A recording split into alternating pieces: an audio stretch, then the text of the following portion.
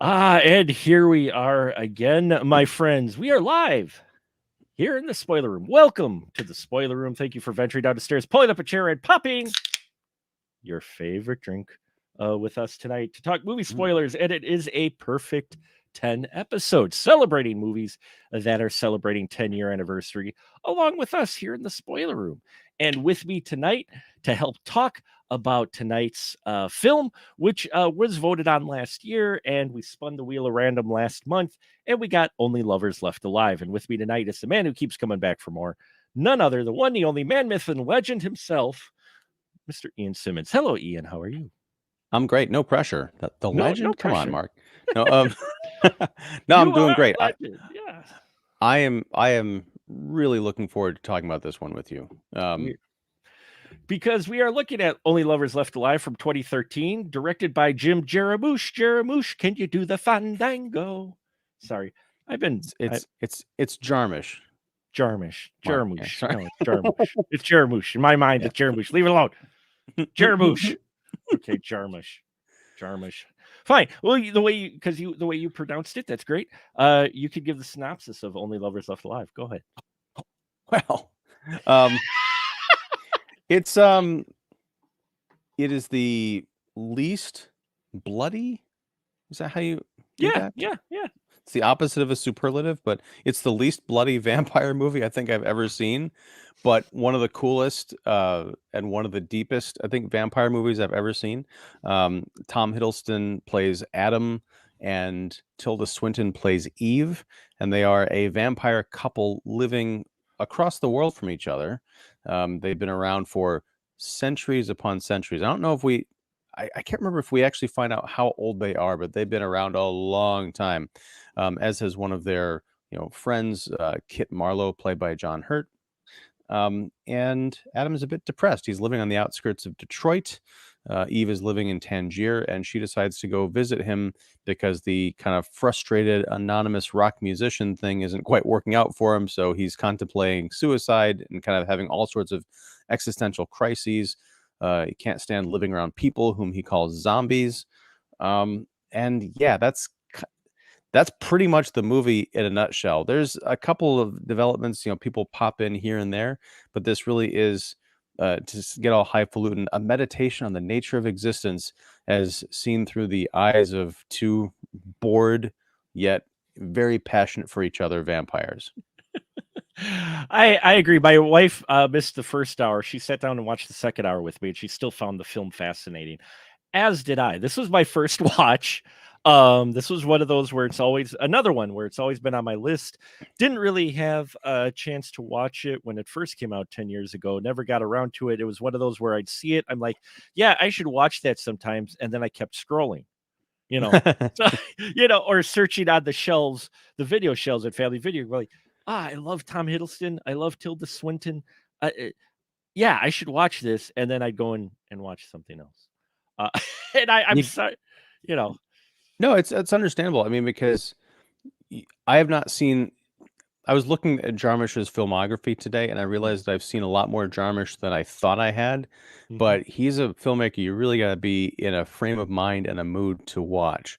Because as much as I love Only Lovers Left Alive, in the last, I'd say 20 minutes, half hour, when they leave Detroit and go back to Tangier, I'm like, I'm really fighting. And I remember I had a flashback to when I saw it in the theater 10 years ago that, Sure. oh, this is the rough part. It's one of those things, like, in retrospect, I appreciate that last act or whatever more than I enjoyed going through the process of watching it. But yeah, he makes a lot of very strange existential films about people and odd relationships and trying to, like, get at the nature of existence. And they're always very artsy and creative and just deliciously weird.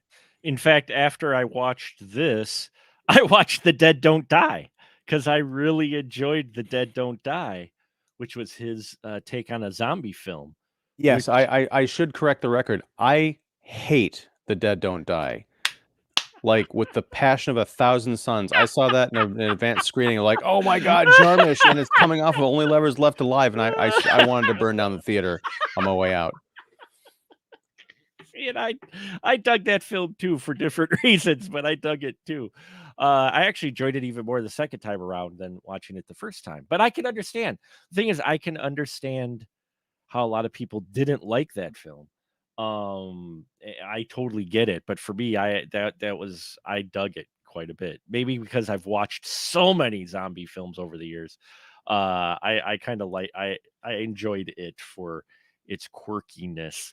But Only Lovers Left Alive, I was blown away by it too. I'm like watching it going, okay. Like for that first hour especially, I'm like thinking it over, I'm like, not a lot's really happening in this movie if you think like action and everything. There's you know, but the talent that you have with Tilda and Tom, they bring so much to just on the screen as these characters. They're all in on these characters, and then you get John Hurt in there as well. You're just intrigued just because of their performance and their presence on screen. You're like, I am watching this and I am fascinated by the ordinary day in the life of these vampires. And I'm like, I really should, because it's not really a huge amount of interesting thing, but yet at the same time, I'm like, I am very intrigued by these characters.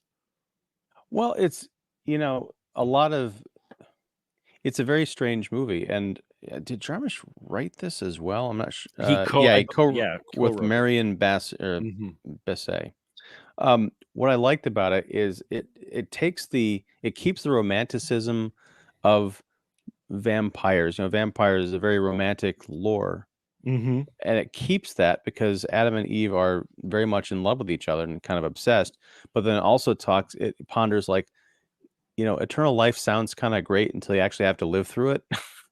So like once you have, the ability to go anywhere, do anything, be anything, have, all the money in the world, like even though Adam is living on the outskirts of Detroit in this like kind of rundown apartment building, he's got this kind of gopher played by, really well by Anton Yelkin. And he just anytime he does any kind of favor, he just hands them this like thick stack of $100 bills. It's like, yeah, the guy's probably a billionaire by now with all the money he's accumulated over the centuries, but it doesn't mean anything. He's acquired everything he wants.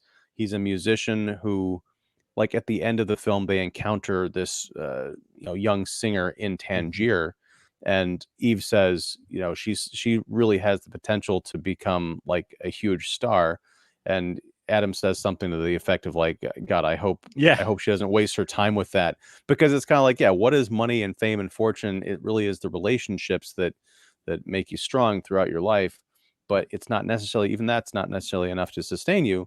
And the idea of the suicidal vampire is fascinating because it's like, well, if these, and they don't really get too much into it, but if these are damned creatures, then you've got an eternity spent being bored on Earth, or depending on your mythos, an eternity of burning in hell. It's like he gets to that point, and she kind of pulls him back from the brink. But you're like, Yeah. man, that really is a no-win situation. It is a no-win situation. Tom Hiddleston, I mean, again, these performers, I'm gonna say, I love this story. If this film didn't have this cast, and especially these 2 people in these roles, this film doesn't work as well, Right. I don't think. It's just both Tilda Swinton and Tom Hiddleston, one, have such wonderful chemistry together.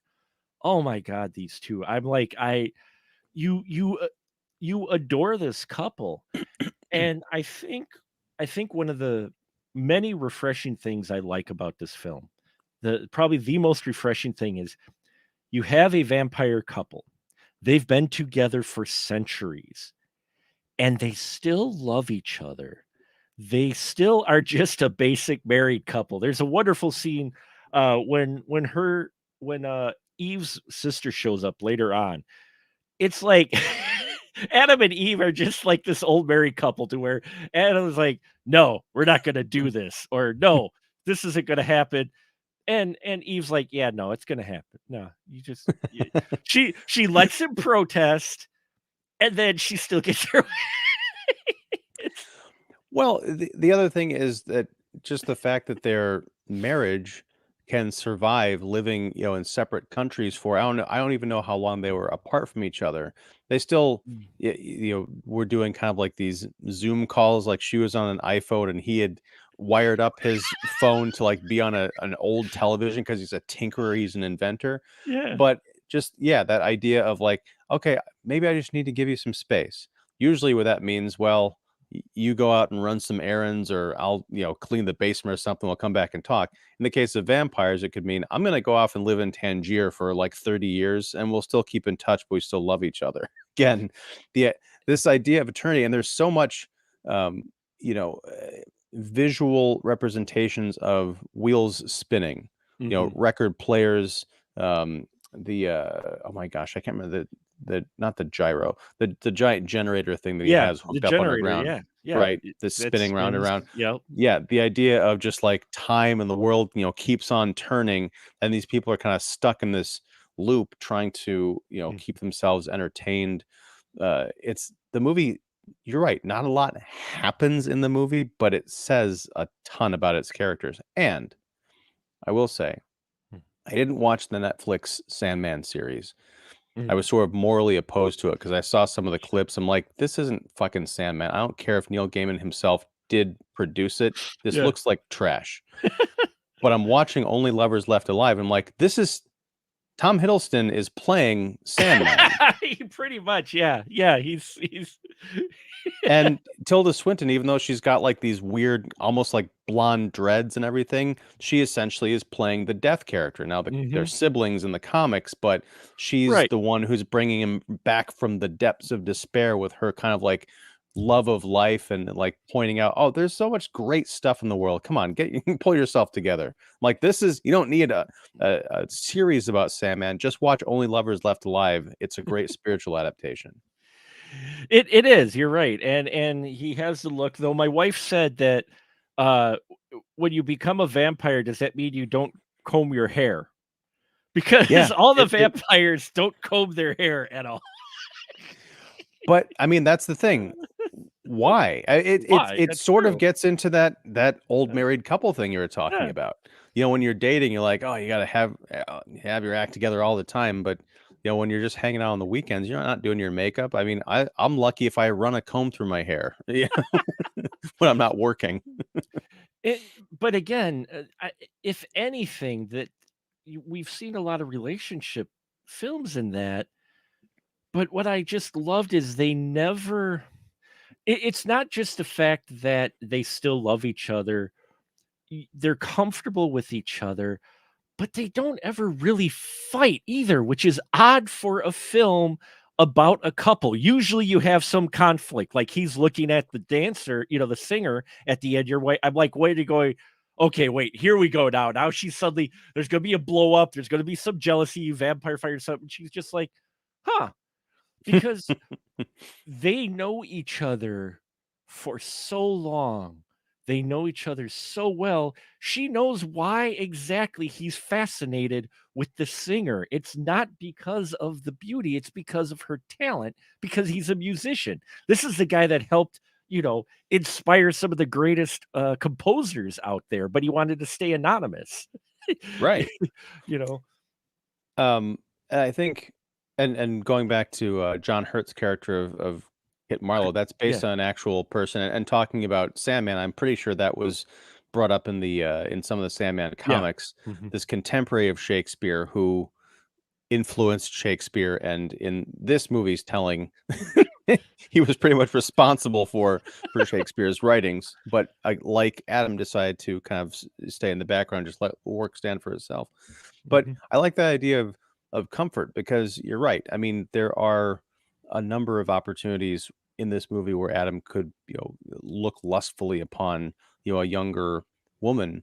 But if I have found in the case of my marriage and other married couples I know, certainly not everybody necessarily, but when you get to be of a certain age and a certain duration of a relationship and you're so comfortable with each other, you might be attracted to someone else or find someone else attractive because, we're all human beings.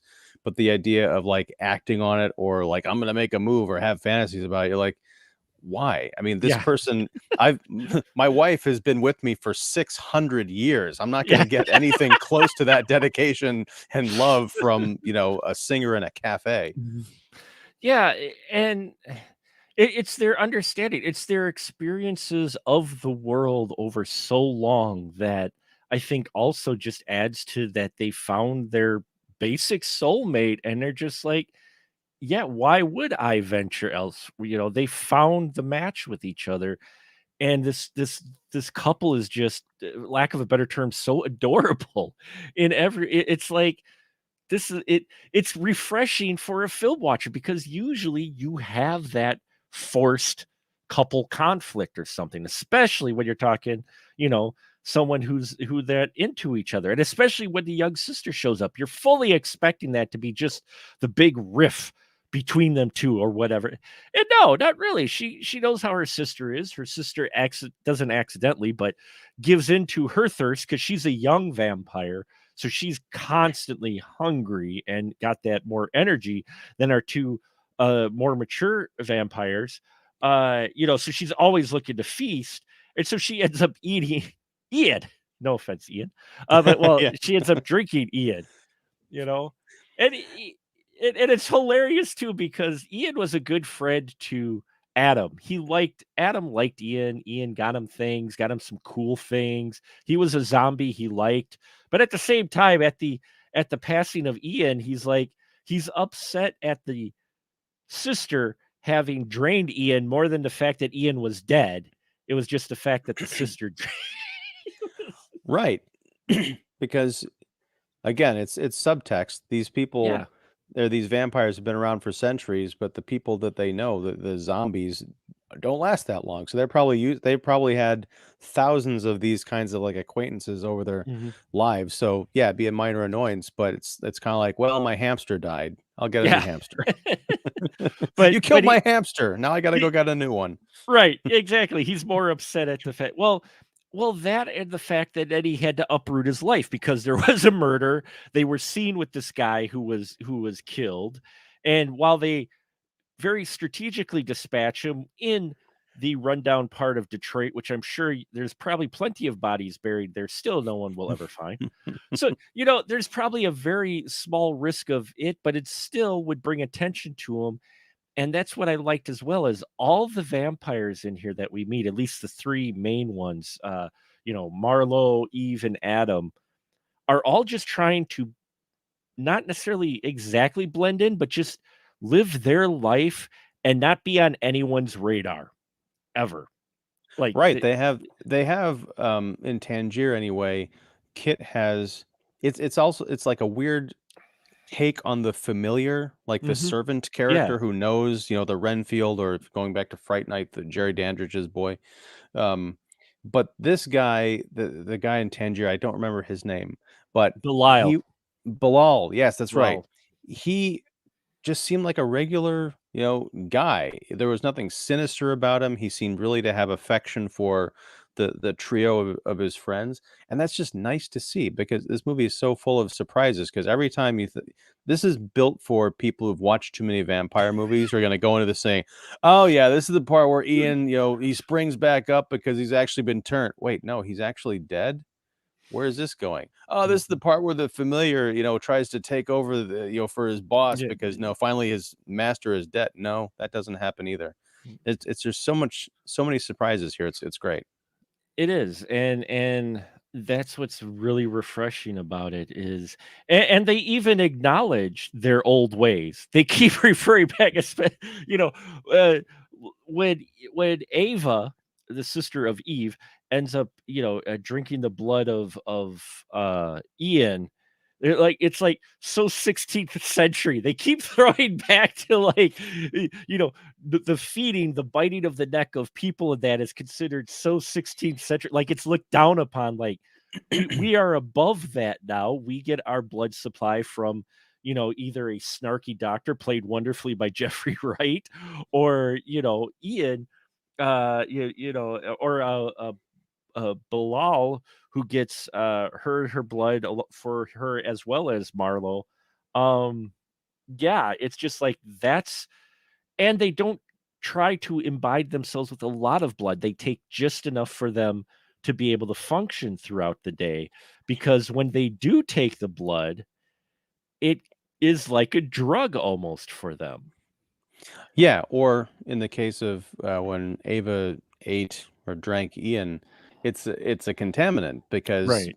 that's one of the other kind of themes is that blood is different because people have Mhm. contaminated themselves with like drugs and like poor food and whatever's in the water that they have to be very selective about what the vampires put in their own bodies or like they're like health food nuts. Um, Going back to Jeffrey Wright real quick, I love there is a sort of an in joke where as Eve is packing her bag to leave Tangier and fly to Detroit, she's putting like books in her suitcase. One of them is a book on the artist Basquiat, Mm. and Jeffrey Wright's breakthrough role was as Jean-Michel Basquiat in a movie from 1998. I was Ah. talking about this with someone the other day, Uh-huh. and we put it together that in the movie Basquiat, Jeffrey Wright played the title character. Gary Oldman played the one of the art managers who was Mhm. working with Basquiat. Both characters sharing the same screen together also played Commissioner Gordon in two different iterations Ha! of Batman. That is true. That is true. You well played. That is absolutely right. Yeah. That's nice. I like that connection. But yeah, I like Jeffrey Wright showing up in here. The cast of characters they have. Yeah, Anton, Yelchin. You don't want. That's the thing is you don't want their familiars to die, because these are cool people, and they're not afraid. They know who these guys are, the ones supplying the blood anyway, and they're like they roll with it. They're like, okay, cool, because money talks, right? Um, but that is what was interesting as well with that is oh, my light just oh, the blood contamination part. That's what's interesting, and it also explains, without them fully explaining, why they get their blood sourced from people rather than randomly biting people or vagabonds or whatever in the street, because it's not like the 16th century. People have a lot more contaminated blood in some way, shape, or form in the modern times. So they can't just randomly go and bite someone. Otherwise, it could make them sick or, possibly even kill them if they don't know the source of the blood. And I loved that. I love that angle because I'm like, you don't see that addressed that often in vampire films. It's an interesting angle. Right, and they also talk about the sort of the human problems that directly or indirectly affect Mhm. vampires. Like the very end, they're both kind of like starving and tired and leaning up against this wall in Tangier, and they're talking about are they still fighting wars over oil or have the water wars started yet? And like, yeah, that's just about to kick off. This idea that they're going to be around through whatever iteration of mankind, comes next, Mhm. and they're just gonna hopefully they won't like wipe everybody out because then I guess the vampires would die out soon, but here's a question from lore. Could vampires survive a nuclear war? Could vampires survive a nuclear war? I don't think so because of the sheer heat. Well, possibly fallout. They wouldn't survive Right. like the bomb, but if they were in a remote area and there was radiation fallout, they could, as long as they had a clean source of blood, I would suspect. I would suspect, though, if it was radiated blood, that might make them ill, possibly. But they excuse me, but they do have a healing factor, so there is that in there. Right, because there was an episode of the TV show Monsters from years ago Yes. where the bunker and then there were vampires outside, but that was all like to your point after all the bombs had dropped. The world was essentially Right. over. But Mhm. that maybe that's a plot or a subplot for a new vampire movie, like the vampire prepper. He's got a bunker that can survive a nuclear blast and like decades worth of blood stored up in like refrigeration units and backup generators. I could see that. That'd be a cool story. I'd be down for that one. But yeah, but my point is like if people blow themselves up, there's a Mhm. chance that Adam and Eve are going to be still walking around through the ashes, scrounging for blood. To your point, I don't know if they'd be able to eat any of the survivors because they'd probably be contaminated with radiation, make them sick.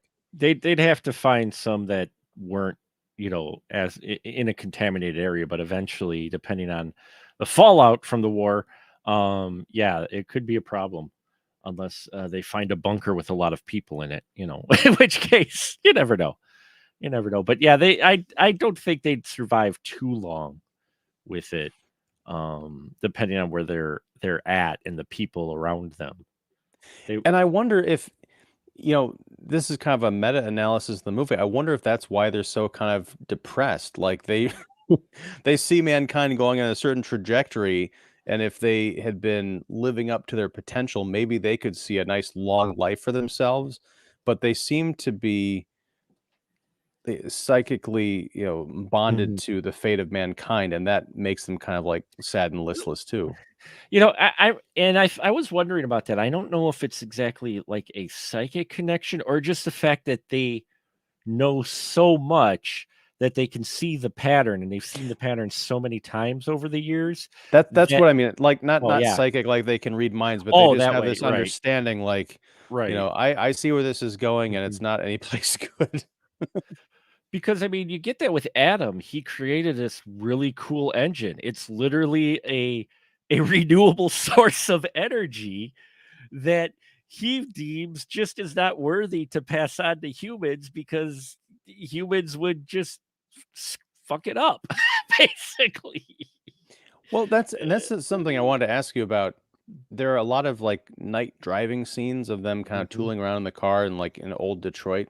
mhm, Now I sound like I'm talking about RoboCop, but we get a couple of shots of the dashboard of the car, and it mhm, looked like, because it's kind of an old beater car, but it looks like there's more lights on the kind mhm, of dashboard display than you usually see. And I was wondering, and in some of the far, like the outside mhm. shots, when you hear the car, it sounds like it's making some unusual noises, almost like space age noises. Do you think that was him like applying his technology to make his car super like low key awesome? Well, there is actually because it's a scene in the beginning. The engine in his car is similar to the engine he designed for his house.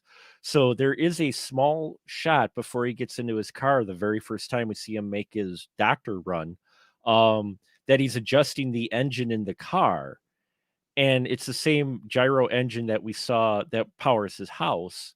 And yeah, so he's modified this car. He's got a renewable source energy generator that literally takes it from this isn't even from solar power. It takes signals from space and converts That's them yes. into energy, which is phenomenal. And you're just like, holy crap.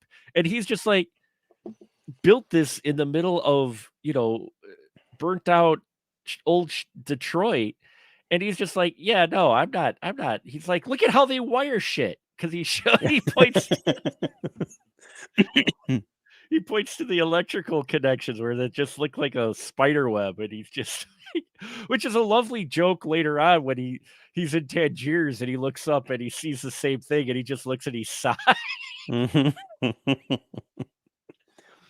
Well, I also love, like, the production design of this movie is off the Mhm, chain. Like, when you look at, Adam's apartment or his house, essentially, mhm. it's designed within an inch of its life with antiques and old pictures, but also, like, every kind of bit of sound equipment you can have. He's the ultimate tinkerer. Um, but at the end, when they have to flee the country, he's like, "Well, what about all my stuff?" And Eve says, we can buy all that stuff again." Yeah. I'm like, "Yeah, that's really long-term thinking." It's like, yeah, you get the stuff again, most of this. So yeah, we gotta go. So and he's like, okay. Yeah, it's like, you're right. And I Well, love the differences too, because both houses of theirs aren't exactly kept, but they also reflect their personality. She's a reader, she can speed read with her hands. They give some kind of thing with the powers to where they don't give them like over abundance of powers. There is something there, for her, she could like touch things and know exactly their age and origin. And that's how she reads through her fingers too. We don't really see that with Adam, but we see it with her. And she's a book lover, so she's got books like everywhere. He's got equipment everywhere. Yeah, he's like I said, he's a tinker. He also there is I think it's Tangier towards Mhm. the end when they're walking and there are people kind of like harassing them saying, "Hey, I got what you need." Yeah. And he kind of leans into one of them. And I don't know, this might have just been, the way it was shot. I don't think it was an added effect, but he leans in and kind of does the hypnotic like vampire Mhm. thing like, you leave us alone. Yeah. And you just that glint in his eye, it's almost like that's the vampire hypnotist stare. Maybe that's one of his gifts. Maybe she has it too. I don't know. But one of the great things about this movie is if you love vampires, it provides such a big nuclear bomb to like vampire mythos that you're just like, no, I want to know more about this. Like, what is Jarmusch thinking? Like that kind of throwaway line about like garlic is just a superstition, Yeah. and all this other stuff. It's so Well, well thought out. and they wear gloves. They're always wearing gloves. And she only takes her gloves off when she wants to be intimate with someone, and I don't mean intimate like sex, but just care for him. She takes her gloves off when she's holding Marlowe's hand, or what she takes her gloves off when she holds the hand of Adam. But otherwise, all the vampires are wearing gloves, almost like maybe they all have that similar ability that uh Eve has, to where if they touch something they know everything about it, and they keep it gloves on so they don't go crazy touching everything and knowing everybody's history. Or I was thinking fingerprints. Maybe I like your first explanation more because Mhm. she also takes her gloves off when she feels the guitar, the one from Yeah. 1905 or Mhm. whatever. Um, So that's a nice touch. But yeah, it reminds me of Rogue from X-Men. She can't touch anybody or else she absorbs their life energy and their powers. Man. Yeah. Talking about Marvel Comics, we've got the Ancient One and Loki, Yeah, we do. and Commissioner Gordon. And And who Commissioner Gordon, who yes. else do we have? Yeah. We also have Gabriel. She was also Gabriel. So in another comic book Hell movie, Constantine. Constantine. Yeah, I was gonna say Hellblazer, but yeah. Mhm. Man, that's a movie I gotta watch again. That's gonna be 20 in 2 years. Oof. But she was in, so she's been in, she played, which I loved that casting. I always thought that was like casting almost a little bit ahead of its time a bit, to cast her as Gabriel, and you're like, "What?" But then you see it, you're like, "Yeah, I get it. I'm in it." You know, Totally. Yeah. and it's her talent too, and yeah, they don't hold your hand with the vampire lore, but it's almost like, okay, if you're watching this, vampires. So we're not going to go into all of this, but we're going to introduce some new things to just spark your imagination going, "Oh, what about this?" But we're not going to really explain it. We're not going to go through exposition. We're not going to go through a lot of that. This is just a day in the life of these vampires, and you can draw your own conclusions. Right. I mean, there's only two vampire attacks in the film, Mhm. and they both happen off screen. You've got Ian's death in like the end of the second act, and then the final shot of the movie is Adam and Eve like moving in on these two lovers in Tangier, but you just see them bare their fangs and cut to black. But it's almost like a dare. Like I bet I Mhm. can make I call this the least bloody vampire movie ever. Like, can you do that and still have it be riveting? And the answer is yeah. I mean, because it's not like there's no vampire stuff in it. Like you mentioned, the blood being like a drug. We get that Mhm. montage of our three principals drinking blood and then like getting high and falling back. It's almost like vampire train spotting or something. It's so cool. It is, and it's one of those things to where you can understand a bit why Eva is always hungry, is because if you get that reaction, but these older vampires are experienced enough to know just how much to have to not let them suddenly go on a biting rampage. Yeah. Y- and that's, I think that's one of the things that separates it as well with these vampires is they use their experience here. They they feel like experienced characters, and they're making decisions like experienced people, like who've been around for a long time. They don't suddenly get dumb and make, a mistake or whatever. The only person that makes a mistake is the younger vampire. And then it's just like, okay, we got to do this now. They know the routine. It was like, do you got an old carpet? Yeah, I got one behind the couch. It's like, yeah. Right, but I mean, I'm reminded of Ava. Kind of reminds me of Kirsten Dunst's character in Mhm. Interview with the Vampire. I mean, they even kind of like look the same, and they have that Right. same kind of impetuous, like I'm a young vampire and I'm Mm. gonna throw a hissy fit. But they don't try and kill her. They just kick her out, and she also. I don't know if this is the threshold thing, Mm. but when they kick her out, like she just storms off down the street yelling "fuck you," and she's got a little pink rolling suitcase and everything. But it makes you wonder, like, typically, you can't be invited vampires can't enter into a house unless they've been invited.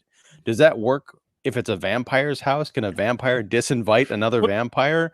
Or is it just because she realizes there's no point in getting into a fight with her older sister and her husband, she's just gonna screw off to LA for another 200 years, and then they'll get back together next century? Well, she knows what she actually did was wrong. That's the whole thing. She's testing the boundaries. In a way, they actually it, this is why this film I totally it's interesting because on the surface you're like, okay, but if you think about it, they've been around for centuries. I don't think vampires can have kids. It's kind of implied.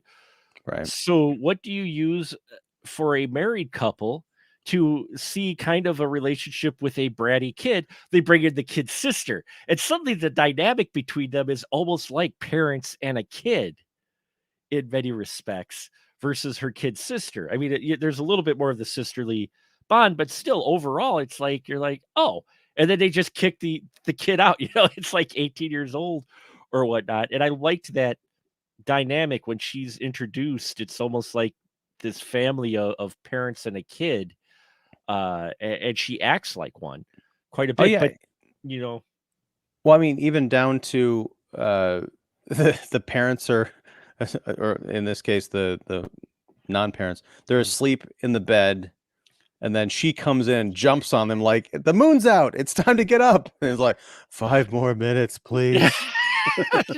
Exactly. Yeah, she comes in and wakes him up, and she puts her foot on Tom Hiddleston's head, who has covered it in a pillow. He's like, and you're just like, oh man, she's basically acting, playing in the role of if they had a kid. This is kind of how it was.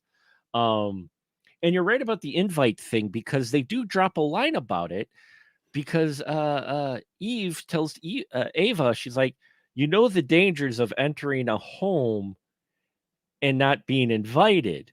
So there's some kind of consequence, which we end up seeing. She ends up getting kicked out later on, and she wasn't feeling well when she was, after she bit Ian. And he's like, he's in the music industry. Why'd you? It's like, but there's a consequence. It's almost like maybe her thirst was more amped up because she wasn't actually invited into the house. I don't know, but, there's even a different layer to that because that whole thing about the invitation comes from Eve invading or Ava invading Eve's Mhm. dreams, like, "Oh, did you get Right. my message?" Right? Mhm. And that's when she said, "You shouldn't go places, you're not invited to," which makes me wonder, okay, vampires can, like, mind control people, we've seen that forever, but is there any kind of a barrier there too? Like, can you shut yourself off to that? And what happens if a vampire tries to enter a mental threshold or step over that? Oh my gosh, would that make them blow up like in Scanners, or would they just not be able to go in like in Fright Night, that kind of a thing? Like, there's so many possibilities. You could make an entire series of vampire movies just based on the lore of Only Lovers Left Alive. You could, and they give you just enough of the flavor for you to do exactly what you just did. Just kind of go off, going, "Wow, does that mean this, this, and this?" And they don't tell you for sure. And I'm glad they don't. I'm like because it keeps you intrigued. you kind of get the idea, what you're seeing, but at the same time, you're just fascinated because you want to see, okay, it's sort of like Marlowe's sick. Wait, why is Marlowe sick? They're vampires. Why is he sick? Oh, he got tainted blood. Oh, and then you're like, oh, it's there's so many layers to what seems to be a pretty straightforward film. And yeah, this really I fell in love with this movie. I really did. I did too, and like there was another Jarmusch movie that came out in Mhm. 2004 or 2005, I think, called I think it was Coffee and Cigarettes. Yeah, yeah, Um, yeah. yeah, it was black and white. It was like kind of Mhm. like these series of vignettes, and one of them featured Jack and Meg White of the White Stripes. And in Mm. this movie, they drive by, oh, that's Jack White's childhood home, and I wouldn't be surprised if it actually was. But yeah, there's these fun little connections to other Jarmusch movies, or just like the kind of the wider culture. I really loved one of my favorite reveals ever Mhm. was they're kind of bumming around burned out Detroit, and they come across this theater, like this Mm. grand like theater palace, and they're talking Mhm. about, oh, back in the 20s or whatever, it was, seats 4,000 people, and it had an attached movie house and all this other stuff. And now it's a car park, and you realize that we're looking at the ceiling, and as the camera pans down, it's all open. Like they Mhm. ripped out everything except for this canopy of this old theater, and yeah, it's just a fucking like nasty parking lot. And and just that scene gives you insight on why especially Adam is the way he is and why he feels the way he does towards humans. Because they're artists, especially him. And he's like, these people just don't appreciate the art they had. Hmm. He's got, as much as he's a tinkerer, as much as he modifies technology, I love how he sighs. He doesn't have a smartphone. His wife does. He doesn't have a smartphone. He barely has a laptop. But every time YouTube was brought up, he just sighs. I love It's like it's like I saw it on YouTube. Of course Of you course you did. did. you know, or well, I heard your music in LA. How? Because he hardly ever released his music, and he's like, "How is it in LA?" "Well, I don't know. I saw it in LA, so maybe they got it off of YouTube." Of course they did. He just Hiddleston plays this so well, so much snark, and that's what I love. Is there's seriousness to this. There is, like you said, there's existential questions. There's a lot of themes going on, but he also works in a fair amount of subtle humor in this to where it allows you not to get so overbearingly heavy like it could be, you know. And that's what I think I appreciate is that there's heavy subjects, there's heavy things talked about, but at the same time, he manages to work in this wonderful humor, whether or not it's Hiddleston's snarkiness, or like you said, the one scene where Ava gets kicked out, and she's like, "Go fuck yourselves, you go fuck," and she's walking down the street with her pink, with her pink suitcase, and there's no music. You just hear the wheels on the sidewalk as she storms off, and I found that hilarious. I'm just like,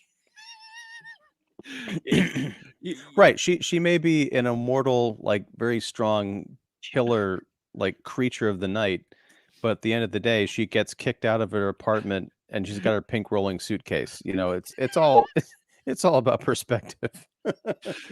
or Adam, you think there'd be a huge conflict. No, we're not going to a club. No, I'm not going out. No, cut to a club where they're sitting here listening to music. Look, I'm glad you brought this up because I want to ask you, Mm. as the wax aficionado, the music head of the Yeah. two of us, what did you think of the music in this film? It was an interesting collection. I loved the variety of it. I loved the different sounds you had. I loved the fact that Adam plays this kind of dark gothic kind of synth type music, yet he's listening to blues and country. And then they go to this club, which is some really underground like punk music, and then you get some cultural music in here. I had really liked the soundtrack of this because of the variety and the different music chosen for most of this film. I was like, it added extra character, I think, to everything. Yeah, I agree. I don't know if there's actually a soundtrack out there for this, but I think I might have to pick it up. It's not necessarily music that I would go out of my way to listen to, but it feels like it's good, like work creative music, like stuff you'd put on to get the juices flowing. And going back to what you were talking about, Adam's sort of selfishness with things he invents. I feel like the same is true for his music because his music is Mhm. really good. And even Ian is like, look, you should put all this out there because people would love it. And I feel like they would, but he's like, "No, they don't deserve this music." Well, it goes along with his idea of appreciation. Mhm. His thing is he's an artist, and he's like the mass populace. He's making a statement about the mass populace doesn't appreciate actual art. They don't take a beat and actually appreciate what they're experiencing. They're always moving on. That's why the YouTube, I think, kept making him sigh because it was like that instant bang bang. As we know, we're on YouTube. You just hear, you just jump into the next thing rather than appreciating the one thing. And that's his approach to everything. He's just like, yeah, I got great music, but people are going to listen to it maybe 5 minutes and then move on. I think is what he's thinking.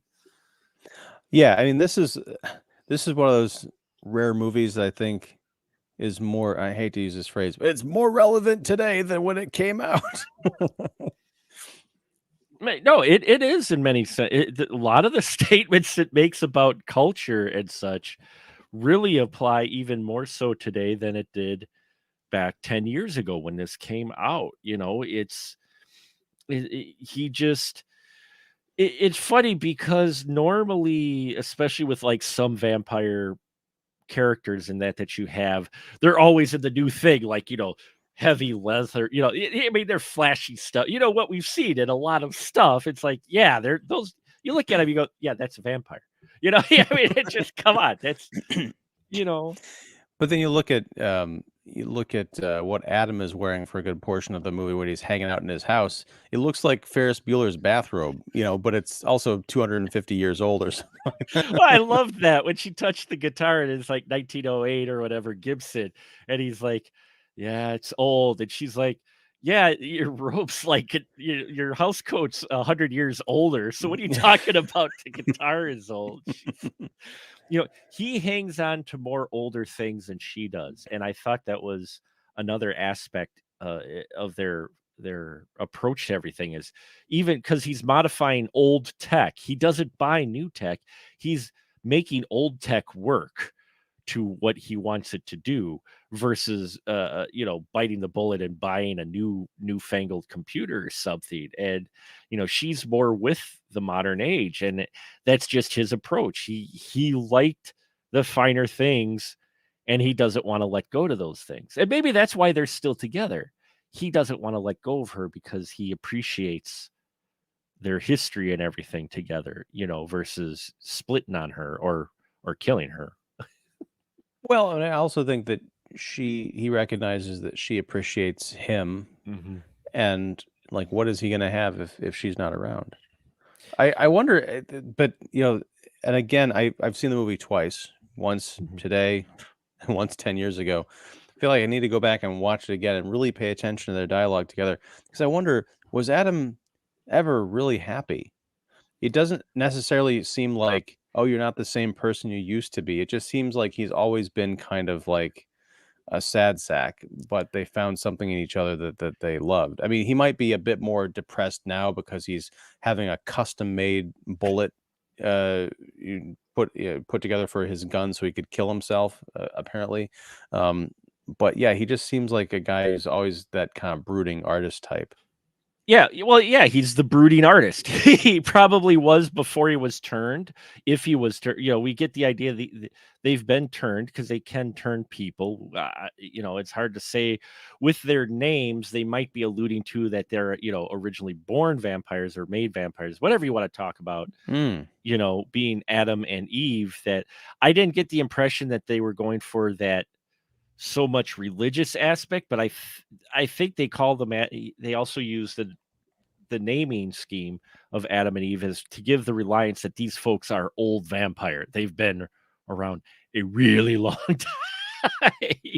Yeah. and, but yeah, you're right. He may have always been the brooding artist. And I, yeah, the world he seems impassionate about, and this comes through, and this is because of the performance of just everybody on the screen, but especially between Tilda and Tom, is she keeps him going. He truly loves her. He's devoted to her.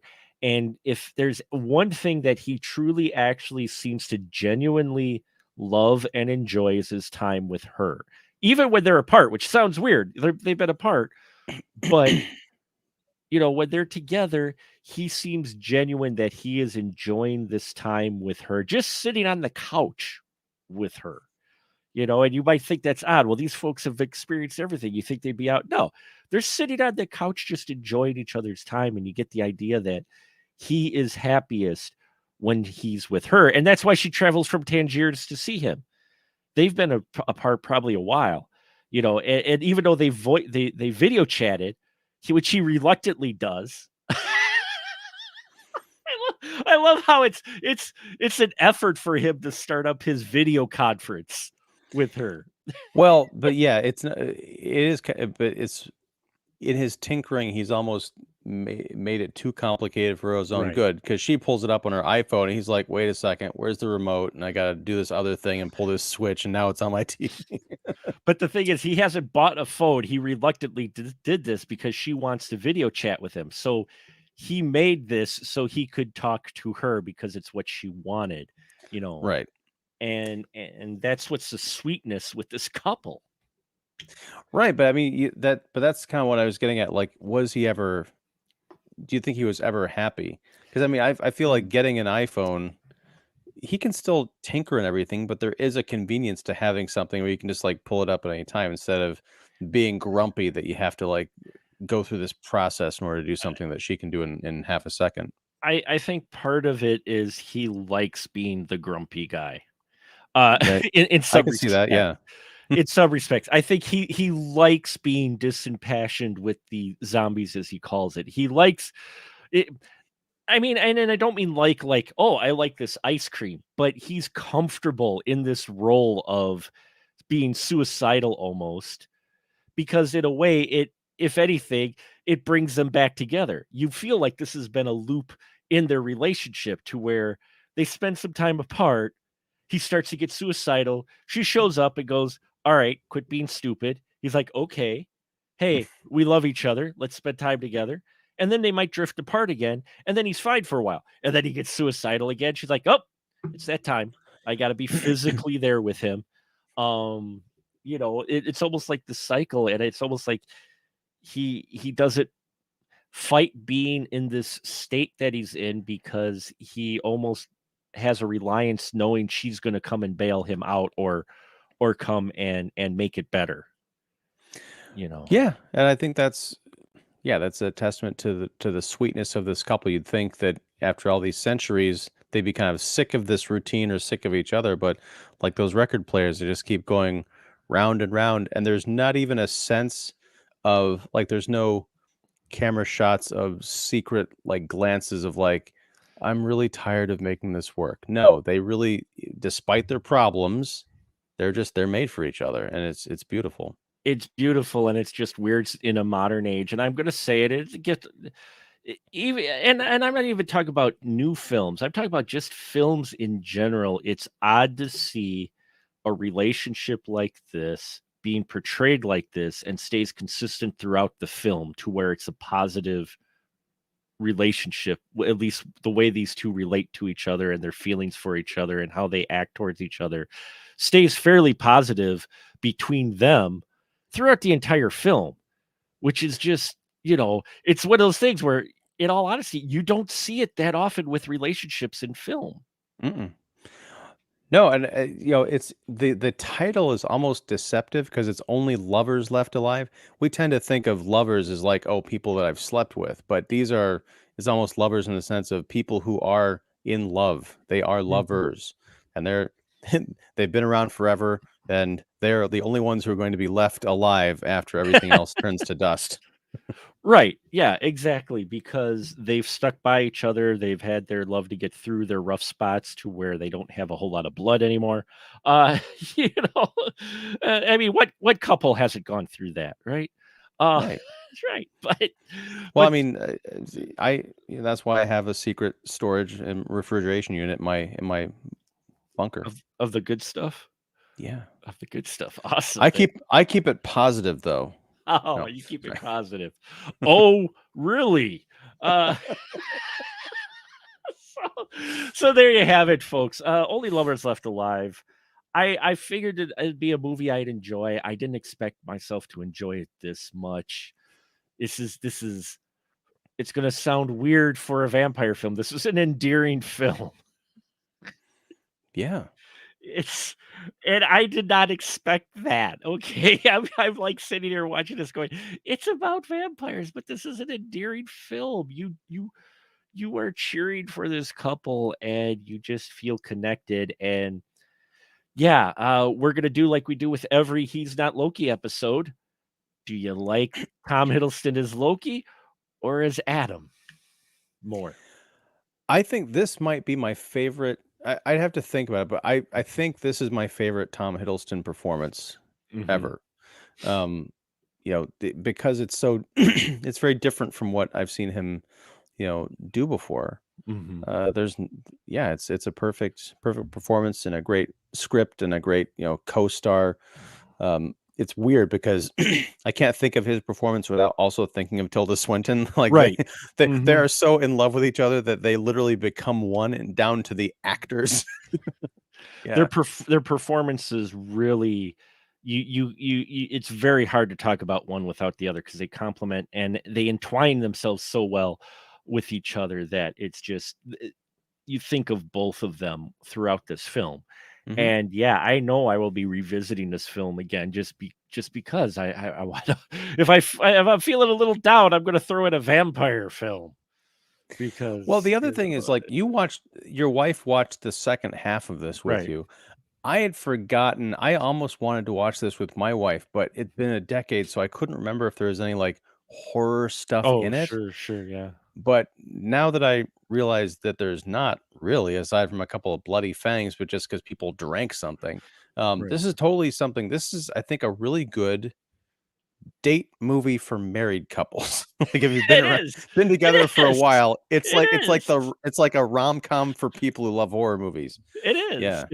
It's the horror movie couple rom-com if as close as you're gonna get. Because yeah, that's a good way to put it. I like that quite a bit. So there you have it, folks. I think we both will recommend Only Lovers Left Alive. If you're a Tom Hiddleston fan, Tilda Swinton fan, or just looking for a night a interesting movie for your horror season, but don't want to get too heavy into horror, you can watch this because there's really not a whole lot of those horror elements. Stuff happens off screen, or we fade to black and see the consequence afterwards, almost like a play in many Mm-hmm. respects. Um, and yeah, that's just the way it plays out. No, sorry. Anyway, so this is a perfect 10 episode. We only have 3 because I can't count. We have 2 months and 3 films left to pick. So whatever film you pick here, then we'll have December's picked as well. So yeah, we only have 3 left. So let's go to that wheel of random and see what we have left to pick for our perfect 10 episode. So let's just add this. Here we are, folks. And let's spin the wheel. Where do you think it's got? We've got Machete Kills, Oculus, and Carrie left. I hope it's Carrie because I might be unexpectedly sick for the other two. Oh. All right, then. Well, let's spin the wheel of random and see where It's this funny. goes. It looks like the Criterion logo now. It does. It does. Uh-oh. I guess Ian might be sick next month. Oh man. Sorry, COVID just came back. November, we have Machete Kills. So that will be our perfect 10 episode. So now I get to pick a theme around that. Yeah, we'll see what we pick. There's many different ways I could go with this. So we'll see what we do with this. But Machete Kills is going to be our next our next film next month. That'll be our perfect 10 episode. I've got your theme. Movies featuring smoldering turds. Wow. Sorry. Did you enjoy the first Machete? No. Okay. I don't remember it that much. I'd have to go back and look at my review. I think it's like all those other Grindhouse feature-length Grindhouse movies. The trailer in Grindhouse was awesome. And you stretch out to feature length, it's like worked better at 2.5 minutes. Well, we do have Thanksgiving coming in November, so we'll have to see how that plays out. That was a good fake trailer, but will it make a good movie? So my only point of concern with that is that I watched the trailer and it looks like it's in a modern setting. Like it looks like the Thanksgiving trailer, but without the grit and the 80s. Right. It just looks like a regular slasher movie. Like, I don't know.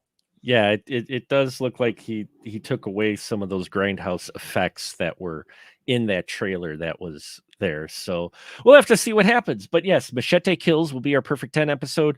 Look soon for the theme of our month that will be posted on specialmarkproductions.com, or we'll also announce it next week in our last episode. Now, as always, license to shill to my good friend here, Mr. Ian. What do you got to shill today, sir? Few things. I am Ian Simmons of Kicking the Seat, which you can find at kickseat.com and also on YouTube. Look up Kicking the Seat and you'll find me there. Wednesday, as we talked about in your Patreon show, the pre-show or post-show, we're going to be talking about Killers of the Flower Moon at 8 p.m. Central Time, the new Scorsese flick. And then on Friday, I'm going to be doing a special Scare-a-thon episode, helping out Aaron Christensen of Horror 101 with Dr. AC. Where you'll be doing a live stream, 20th anniversary retrospective of Rob Zombie's House of a Thousand Corpses, also at 8 p.m. Central. So, yeah, hang out, check that out. I think I just heard my arteries hardening by you saying 20th anniversary of House of a Thousand Corpses. Yes, sir. Oh, dear God. I have some interesting opinions about that film too, but I'll be interested to see what you guys have to say about it for sure. So tune in there, if you want to join in, I can send you the link.